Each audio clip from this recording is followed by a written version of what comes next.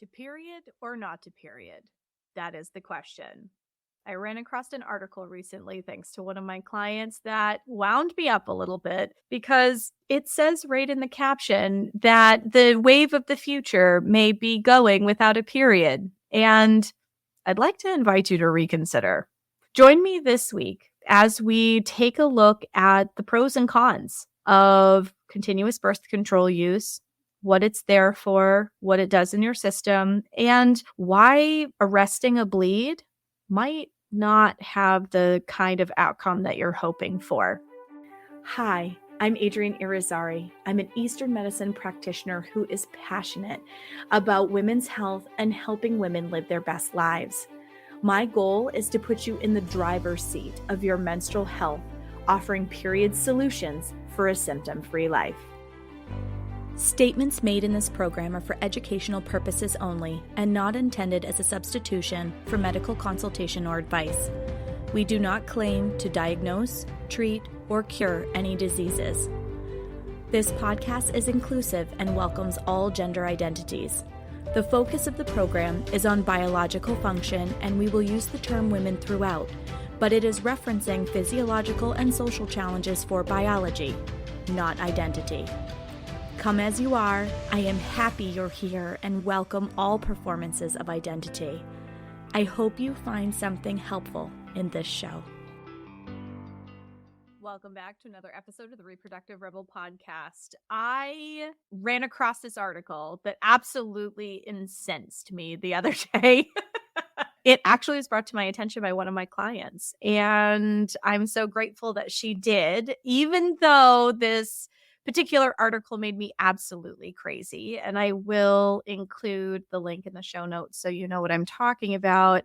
I just felt a podcast coming on as a result of reading it. So we've talked in some recent episodes about birth control, particularly hormonal birth control, although we did explore some of the non-hormonal options as well. And this particular article by Inverse that was released on February 1st of this year, unfortunately, it was released on my birthday, is a conversation about body autonomy and that the period is a dispensable aspect of being female.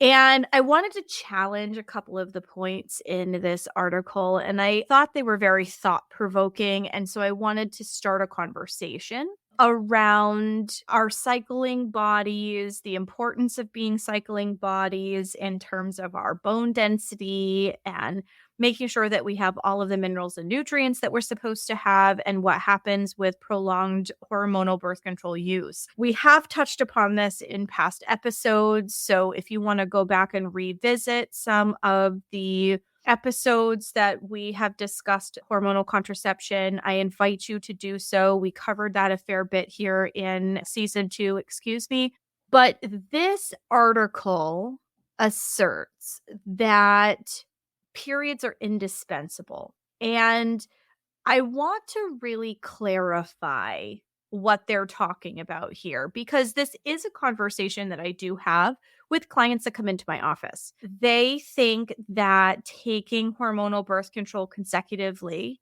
without having a period is, frankly, it's more convenient. I totally understand that. But the article has this big quotation and it says, "The future of hormonal contraception is eliminating bleeding if you can." Now, the original birth control pill did not have a withdrawal bleed. And we did talk about that in a past episode. It did not have a withdrawal bleed. So at the time that it was released, people were kind of freaking out when they didn't have a period because no period meant you were pregnant. That was the understanding at that time because there was no understanding outside of that. So with the introduction of hormonal birth control pills, we saw a disappearance of the period. Well, because the pill itself is giving you a withdrawal bleed, not an actual period. And that is a really important distinction here.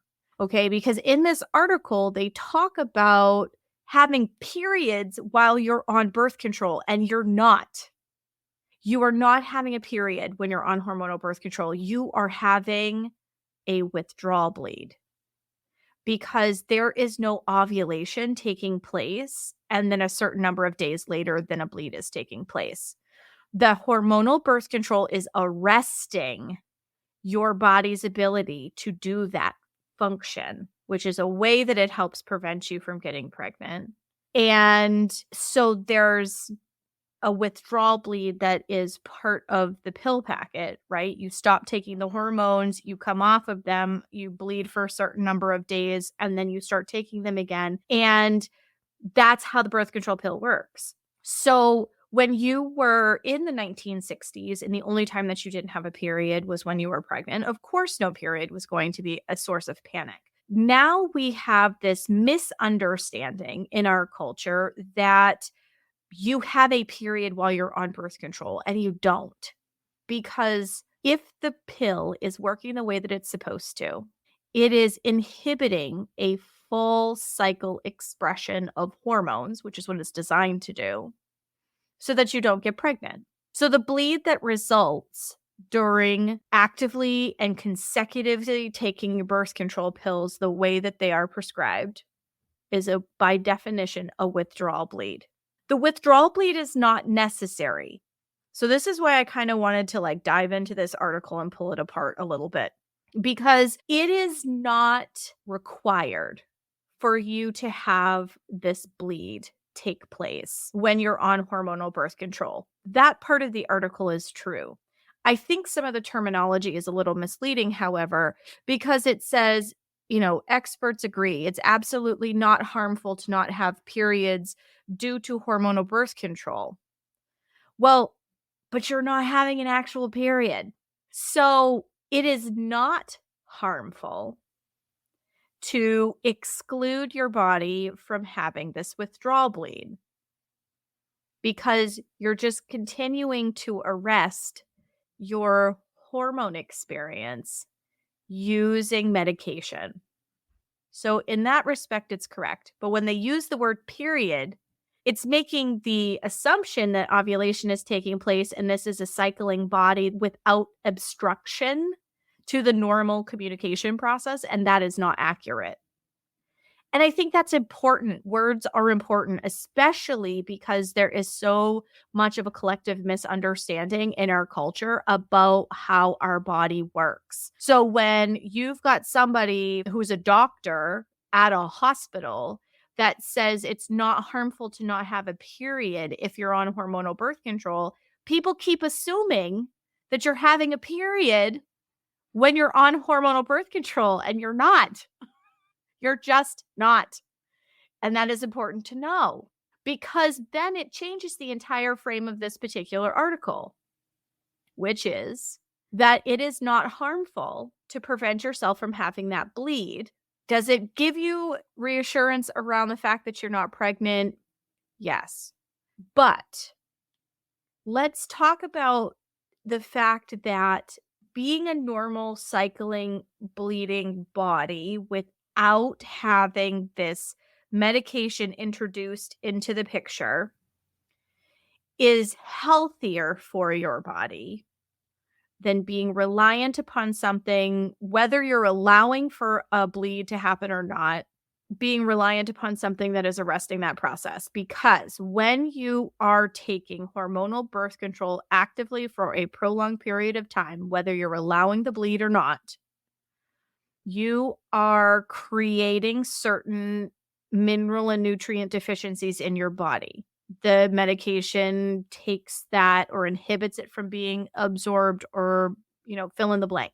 So you end up with certain mineral and nutrient deficiencies as a result of prolonged birth control use.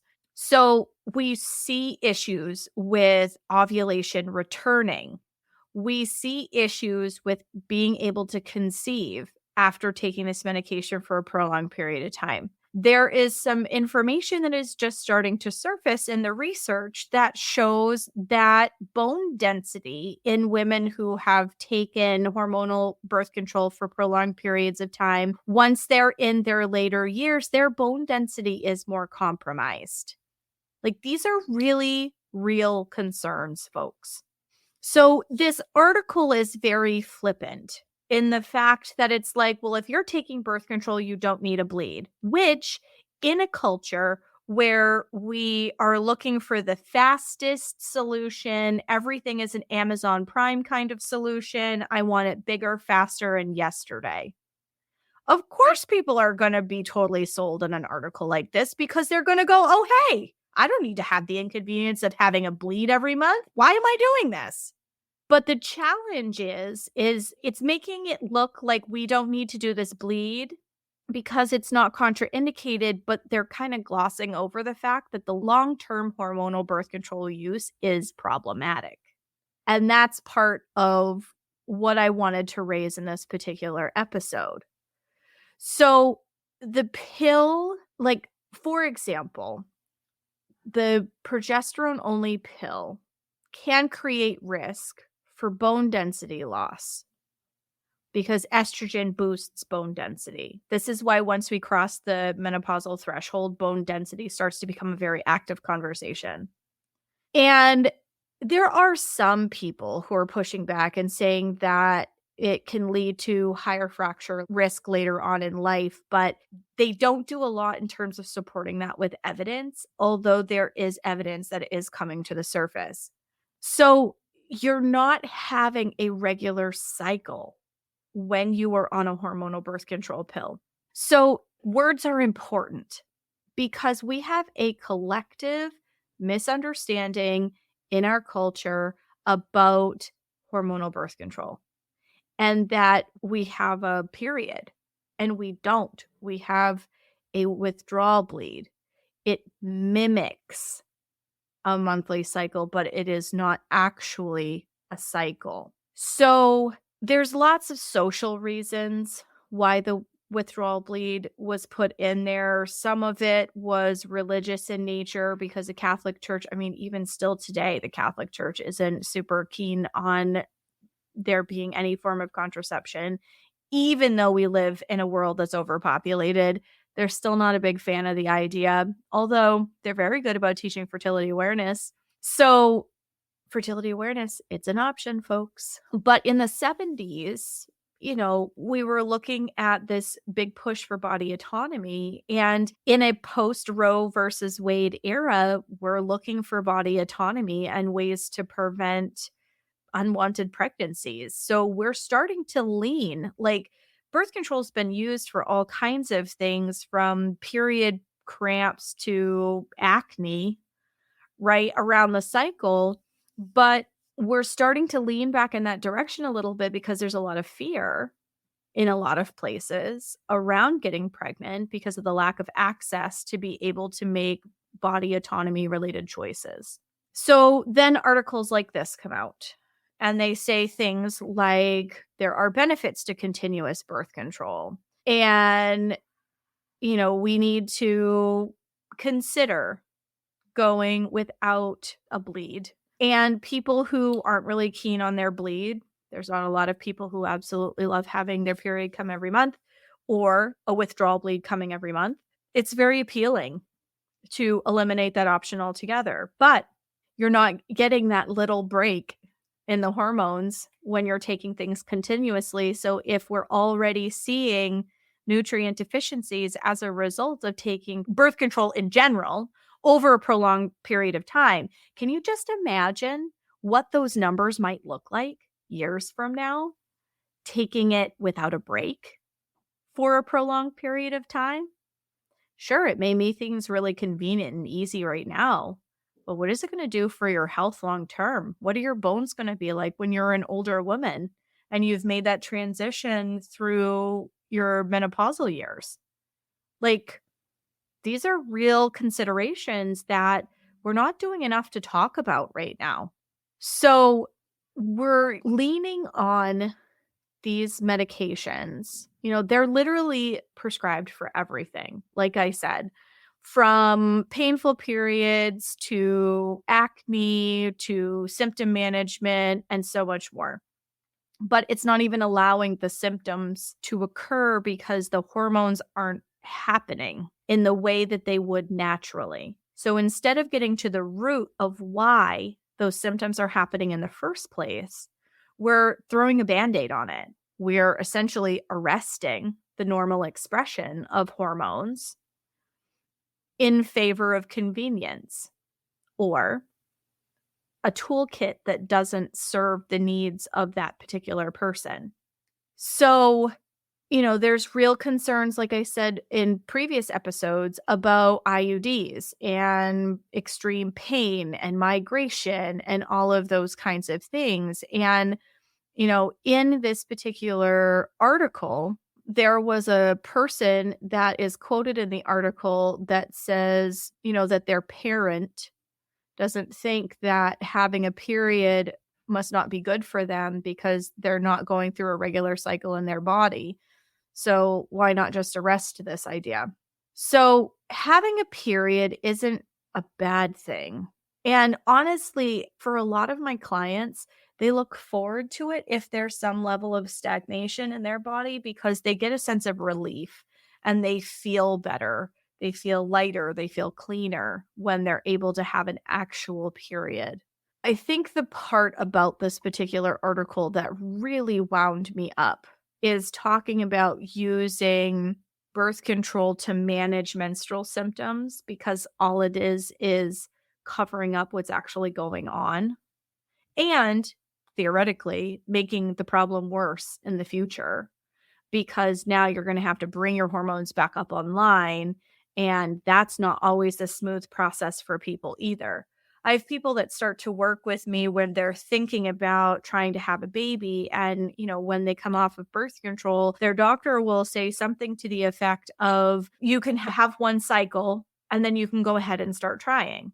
Well, okay, you can start doing that, but there's no guarantee depending on how long you have told your body not to have this normal expression of hormones.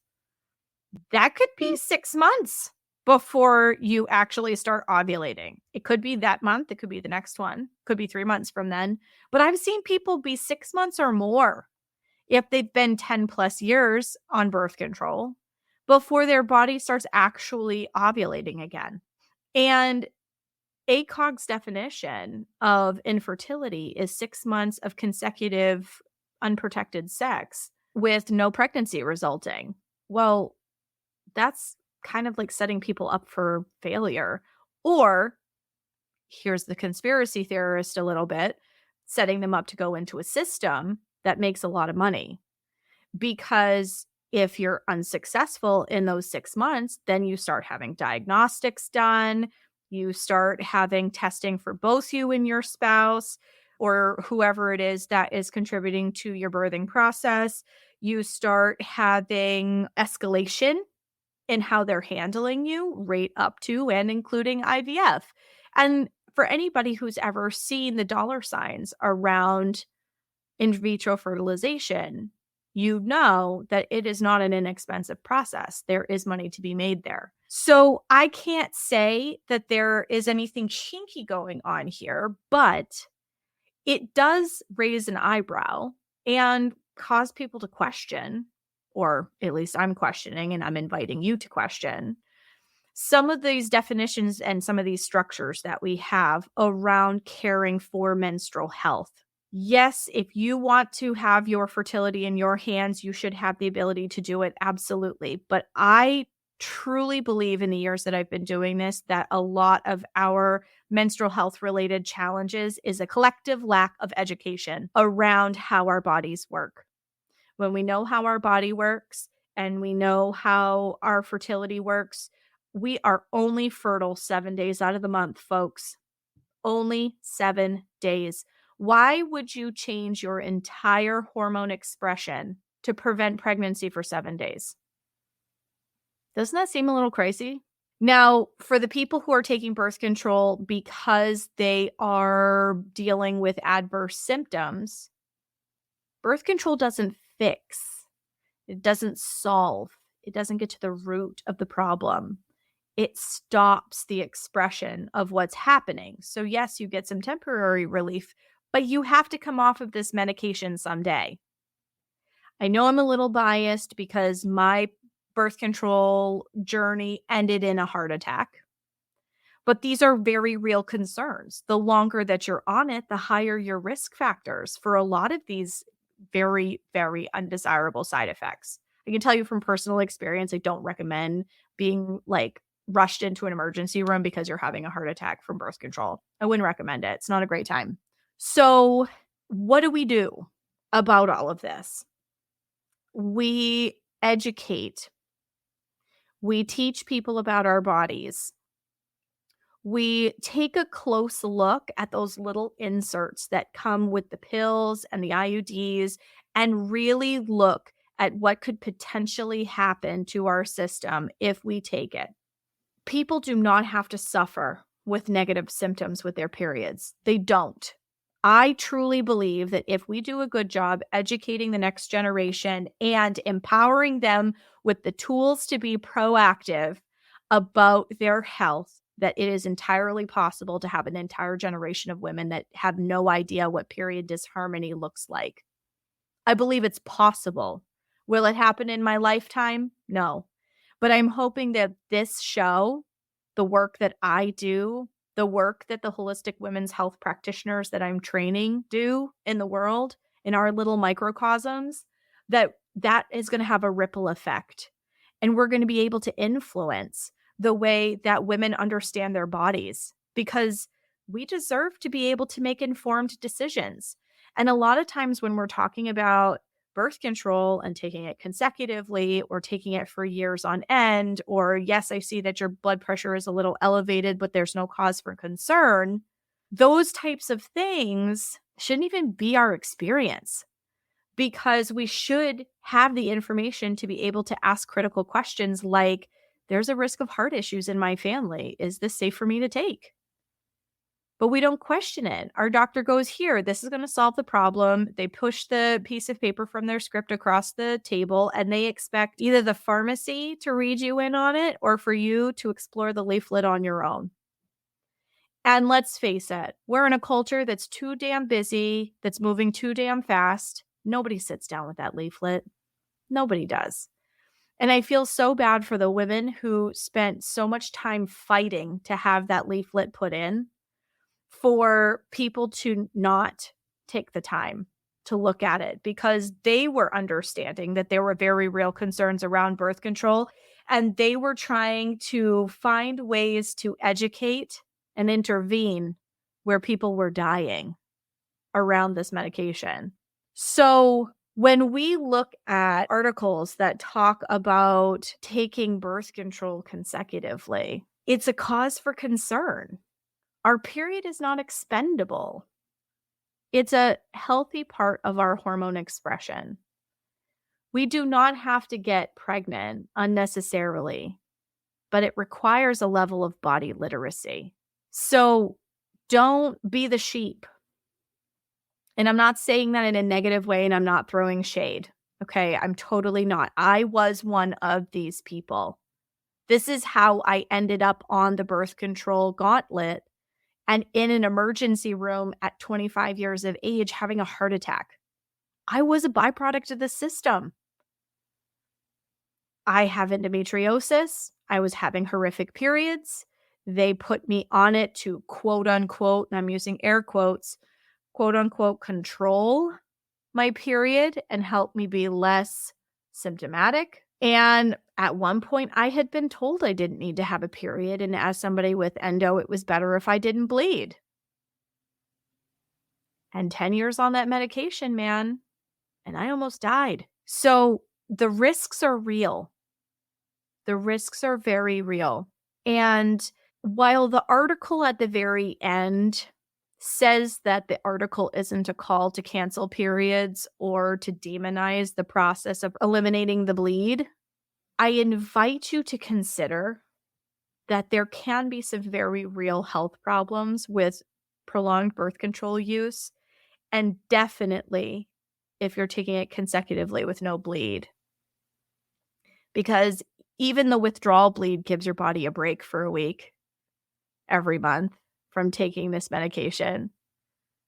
All I can do is speculate at this point, but if I had consecutively gone month after month after month with no period for more than just a couple of years, I can only imagine But honestly, my heart attack came in the second year I had been going without a bleed. So it makes me wonder.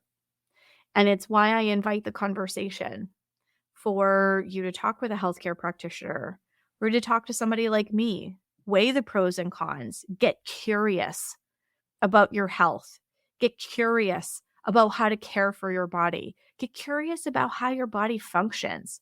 Yeah, a period is a pain in the ass every month. You feel slower and lethargic. It's not that I have a negative relationship with my period. It's just that I want to go and do all the things. And when I know that I have to pull in and I have to slow down, that's frustrating for me because I have places I want to go and things I want to do, right? But that slowing down process makes me healthier. As somebody that has endometriosis, I have a 28-day cycle that is really pain-free. I get a little tired in the couple of days before it starts, but as long as I'm managing my stress well and I'm managing my lifestyle well, I really don't have pain. And it used to take me out of my life for days every month. So it is possible with education and being empowered with information about how your body works to get a hold of negative symptoms that you are experiencing in your body. I truly believe that it is possible if we only have the rules of the road to have a very symptom-free experience around our periods, but it requires being intentional about how we care for our bodies during our bleed, how we work and plan our work throughout the course of our month because we have different energy levels and different gifts in each stage. And when we're not trying to swim upstream against the current and expend energy that we don't have, and we learn to swim with the flow of the water, saving and conserving energy every month, we get healthier. We have the energy to heal. We have the energy to feel better. We have the energy to take control of our life, to actually be present and live in our life.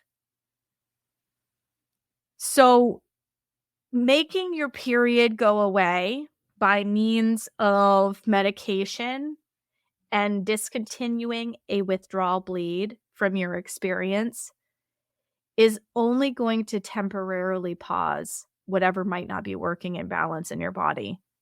It's not going to fix it. It's not going to solve it.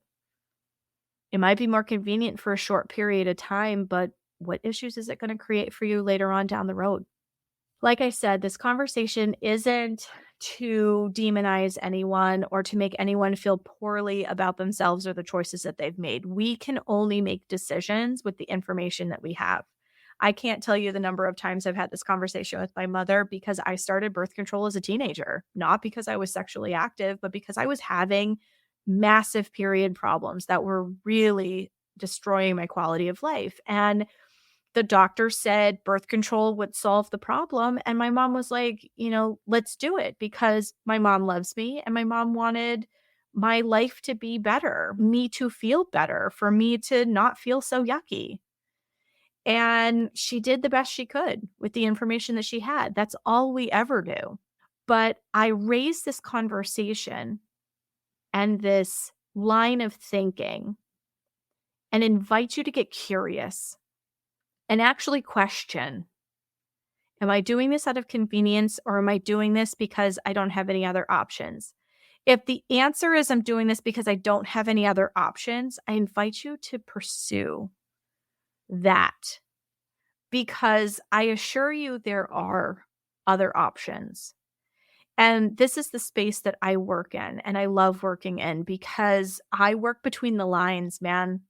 There's so many stops on this train that you can explore and lean into and inquire about and get curious about before you ever have to turn to medication and surgery.